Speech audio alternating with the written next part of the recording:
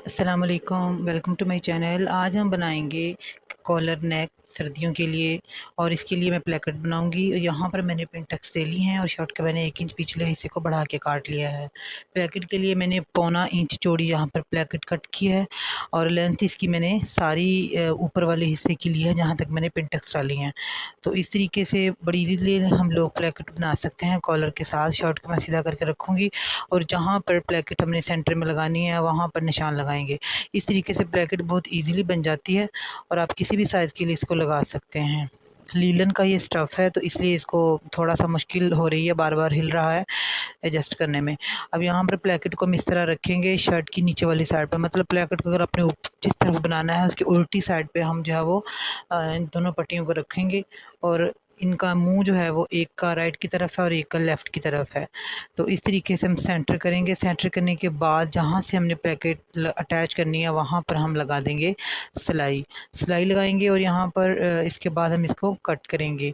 यहाँ पर मैं पिनटक्स पहले डाल चुकी हूँ और 2 सेंटीमीटर की मैंने पिनटक्स डाली हैं और इस तरीके से जो है इसको सेट कर लेंगे हम अच्छे से एक बार प्लेकेट को, क्योंकि मैंने बताया है लीलन का स्टफ़ है तो वो थोड़ा डिस्टर्ब कर रहा है, बहुत ज़्यादा हिल रहा है। इसको यहाँ से जो है वो हम स्टिच लगा लेंगे। इस तरीके से फिर हम स्टिच को जो है वो डबल कर लेंगे, पक्का कर लेंगे ताकि धागे जो है वो ना निकलें। तो हम इसको काट लेंगे और ब्रैकेट बहुत इजीली बन जाएगी।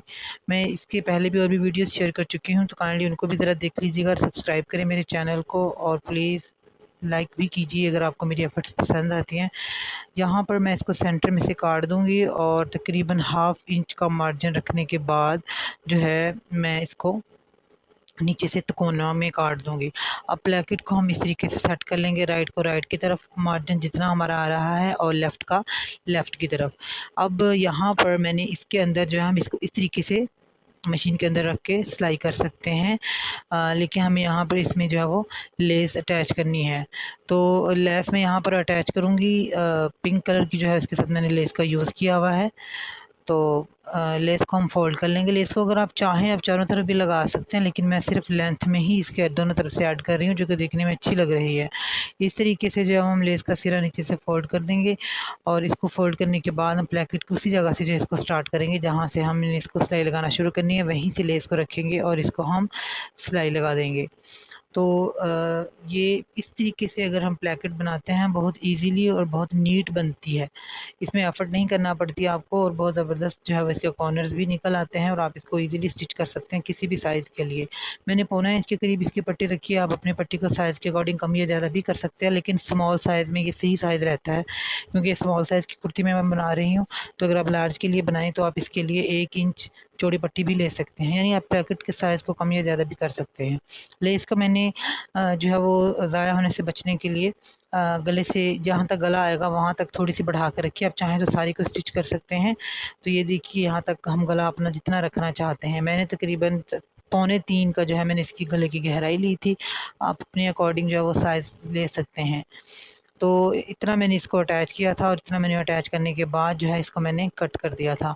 इसी तरीके से जो हम दूसरी साइड की प्लेकेट भी रेडी करेंगे। ये देखिए कितनी ज़बरदस्त बनकर आई है। इसी तरीके से हम दूसरी साइड की प्लेकेट जो है उसको भी स्टिच कर लेंगे। इसको हम ऐसे करेंगे, शर्ट का पल्लू उठा के पिछली साइड पे कर देंगे ताकि प्लेकेट जो है वो अपनी राइट प्लेस पर आ जाए और फिर से हम यहाँ पर लेस को करेंगे सेट और इसको स्टिच कर देंगे। तो दोनों प्लेकेट्स को अटैच करने का दोनों साइड्स को एक ही तरीका है और मैं इसको ये देखिए यहाँ पर अटैच कर चुकी हूँ और यहाँ पर ये लेस बहुत ज़बरदस्त तरीके से आई है। तो इस तरीके से प्लेकेट बहुत ईजिली बना सकते हैं। अब हम सेंटर शर्ट का हाफ कर लेंगे। ये कॉलर वाली कुर्ती है क्योंकि तो इसमें बैक जो है वो 1 इंच बढ़ा के रखी जाती है। वो मैं पहले ही कट कर चुकी हूँ 1 इंच बढ़ाकर। अगर आप इसमें इंटरेस्टेड हैं कि कॉलर वाली कुर्ती कैसे काटी जाती है तो प्लीज़ कमेंट करें, मैं उसका भी ट्यूटोरियल जो है वो शेयर कर दूँगी। यहाँ पर आप इसको पिन से भी फिक्स कर सकते हैं और मैंने सिलाई लगा ली है, पिन सिलाई से भी कर सकते हैं। एक्स्ट्रा को आप कट कर दें ताकि इसका बिल्कुल अच्छे से सेंटर फिक्स हो जाए और हम इसकी जो है वो कटिंग कर सकें। इसको सेंटर को फिक्स करना बहुत ज़रूरी है ताकि साइज़ एडजस्ट हो जाए। लीलन बारीक लीलन है ये, तो इसलिए जो है वो कपड़ा जो है वो थोड़ी सी मूवमेंट की वजह से प्रॉब्लम कर रहा है। तो यहाँ पर मैंने तकरीबन 2.25 के लगभग जो है कॉलर अपना लिया था, गहरा भी और चौड़ाई भी। इसकी गहराई और चौड़ाई हमने एक जैसी ही रखी है कॉलर की। ये लूज टाइप का कॉलर है, बहुत ज़्यादा गर्दन के साथ चिपका हुआ नहीं है, क्योंकि दरमियाने से मौसम में पहनना है तो बच्चे नीचे सीनर वगैरह भी पहनते हैं, इसलिए कॉलर जो है वो लूज कॉलर है। ये बिल्कुल चिपका हुआ गर्दन के साथ या टाइट वाला कॉलर जो है वो नहीं है। तो यहाँ पर मैं इसको एडजस्ट कर रही हूँ, और इसको हम एडजस्ट करने के बाद अपने साइज़ के मुताबिक जो है वो काट लेते हैं। तो 2.25 मैंने यहाँ पर लिया था। अगर आप लार्ज के लिए बनाते हैं तो 3, 3.25 और 3.5 भी ले सकते हैं। अगर आप इस कॉलर कुर्ती मेरे कॉलर मेकिंग की डिटेल में इंटरेस्टेड हैं तो काइंडली मुझे बताइएगा, मैं उसका ट्यूटोरियल शेयर करूँगी। अब हमने यहाँ पे जो कट करना है बिल्कुल राउंड में कट नहीं करना, हल्का से इसको हम बस हम जो है वो शेप देंगे, ज़्यादा गहरी शेप कॉलर वाली शर्ट को नहीं देते। इसकी बैक में जो है वो हम आधे से 1.25 इंच जो है वो कट कर सकते हैं। मैंने आधे से 1.25 इंच के बीच में जितना साइज़ आता है मैंने उतनी इसकी बैक से जो है वो कट कर दिया है।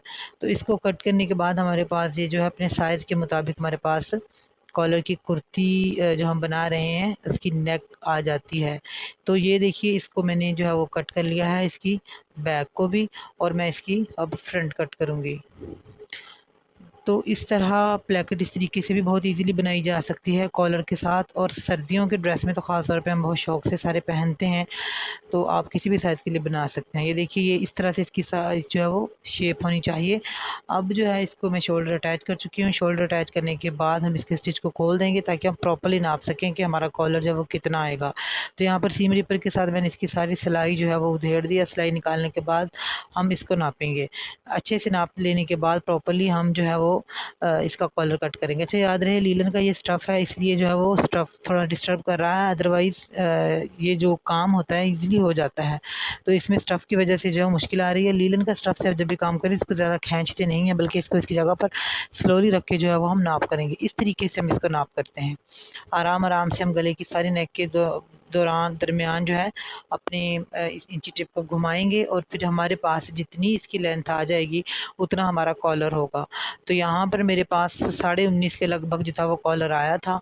तो ये देखिए 19.5, और हम इतना ही इसका कॉलर जो है वो कट करेंगे। तो यहाँ पर मैंने जो है वो इसको एक बार फिर से नापा है, अच्छे से साइज़ लिया है, क्योंकि यही हमारा इसमें साइज़ होता है। और यहाँ से साइज़ लेने के बाद मैंने यहाँ से अच्छा कॉलर का बता देते हैं। कॉलर के यहाँ पर 3.25 की हमने चौड़ाई रखी है, और 3.25 इंच चौड़ा रखने के बाद जो है हम इसको टोटल हमारी लेंथ जितनी थी 19.5 का हमने हाफ़ किया, ये देखिए। और 19.5 का हाफ़ करने के बाद हम लोगों ने इसको ऊपर 1.5 इंच का जो है वो तकरीबन ऊंचाई दी कॉलर के लिए। ये स्टैंड कॉलर है, ये देखिए इस तरह से। और फिर इसको हमने जो है वो शेप दे दी। आप फ्री हैंड भी शेप दे सकते हैं, और किसी स्केल वगैरह को यूज़ करके भी जो है हम स्केल से भी शेप दे सकते हैं। इस तरीके से हम इसको देंगे, और यहाँ से जो है अब इसको हम इस तरीके से नापते हैं, खड़ा करके इंची टेप को। जहाँ पर हमारी नेक की चौड़ाई पूरी आ जाती है वहीं से हम स्टार्ट करेंगे। ये देखिए, मैंने हाफ इंच एक्स्ट्रा लिया है ताकि हम बाद में भी कट कर सकें। कॉलर कभी कम या ज़्यादा भी हो सकता है, तो इस तरीके से हमारे पास ये भी होता है कि इसको हम कम या ज़्यादा रखें। मैंने तकरीबन ये देखिए साइज़ इसका आधे इंच से 1 पॉइंट जो है वो ज़्यादा लिया है। मैंने इतनी चौड़ाई ली है अपने कॉलर की। आप अपने मुताबिक चौड़ाई को कम या ज़्यादा भी कर सकते हैं। तो ये इस साइज़ के लिए बेहतरीन थी, तो मैंने इतनी ही ली थी। कॉलर को अब हम बैलेंस कर लेंगे ताकि इसका साइज़ कम या ज़्यादा ना हो। मैं फ्री हैंड ही कर रही हूँ। आप इसके लिए स्केल भी यूज़ कर सकते हैं, जो कर्व शेप के आते हैं हमारे पास, जैसे शोल्डर वाला स्केल जो होता है, या फिर आप इसको फ्री हैंड भी कर सकते हैं। ये इसकी शेप देख लीजिए, इस तरीके से आप इसको गोल भी कर सकते हैं कॉर्नर से, और स्ट्रेट भी छोड़ सकते हैं। इसके बाद हम इसको जो है वो कट कर लेंगे, और कट करने के बाद जो है हमारे पास इसकी जो है वो शेप निकल कर आ जाएगी। अगर आपको मेरा काम, मेरी एफर्ट्स पसंद आती हैं तो प्लीज़ वीडियो को लाइक ज़रूर कीजिए। This is like a reward for the creator. तो यहाँ पर मैं इसका कॉलर कर चुकी हूँ। अब कॉलर को कपड़े पे पेस्ट करने के बाद जो है मैं इसको ले आई हूँ अटैच करने के लिए। अटैच करने के लिए मुख्तलिफ तरीके आप किस तरीके से लगा सकते हैं। आप इस तरह से सेंटर मैच करके इस पर निशान लगाएंगे, और इस तरह निशान लगाने के बाद जो आप उसको सिलाई कर सकते हैं। दूसरे तरीके के मुताबिक हम कॉलर को इस तरह से ऊपर रख के भी जो है वो जो है वो सिलाई लगा सकते हैं। यहाँ पर मैंने उतना ही मार्जिन लिया है जितना हमारा कॉलर चौड़ा है।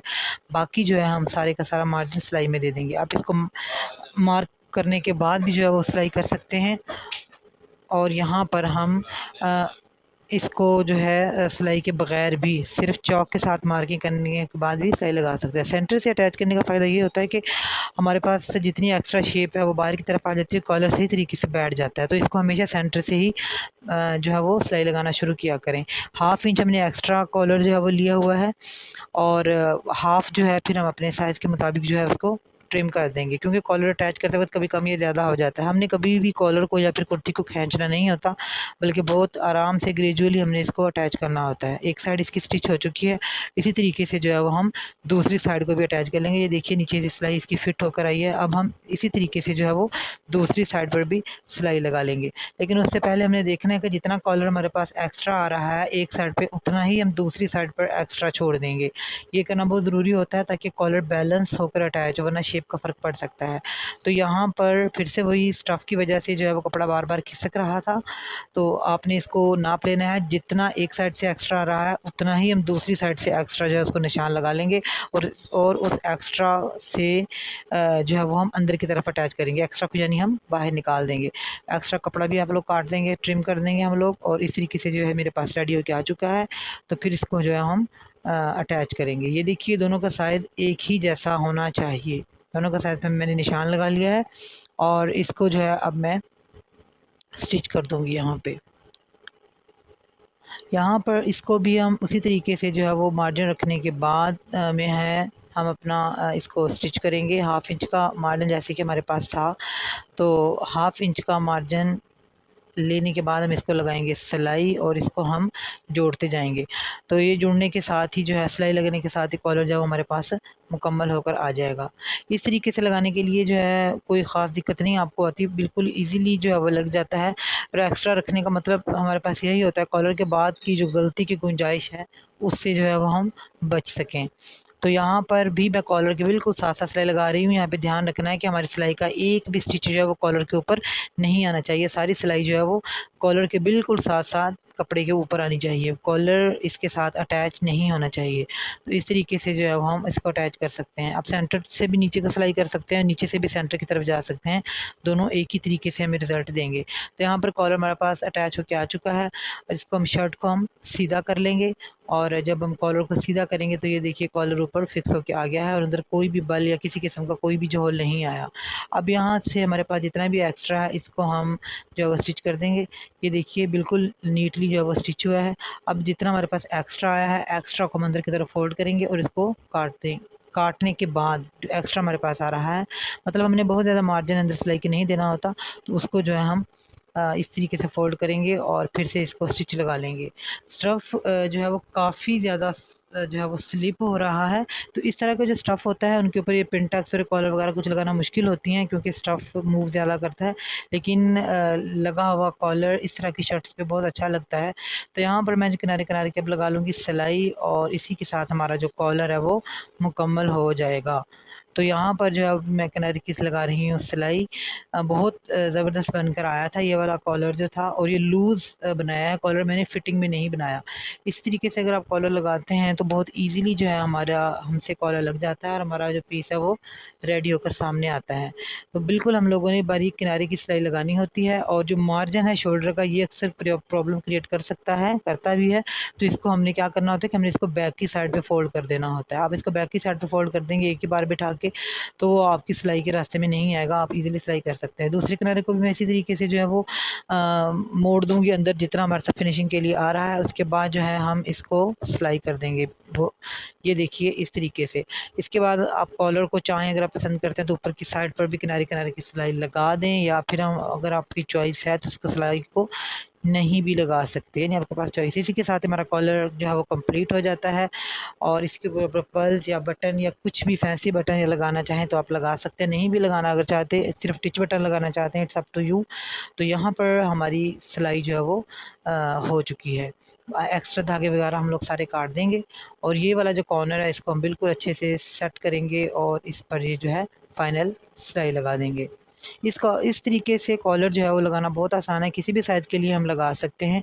और अगर आपको इसके बारे में मज़ीद जानना है, कॉलर कुर्ती की कटिंग कैसे की जाती है, तो प्लीज़ मुझे कमेंट कीजिए, मैं उसको भी ट्यूटोरियल शेयर करूँगी। Please subscribe and like and share my video. Thank you so much for watching. इंशाल्लाह फिर मिलेंगे। ये देखिए बहुत ज़बरदस्त बनकर आया है, बिल्कुल neat and clear. Thanks for watching.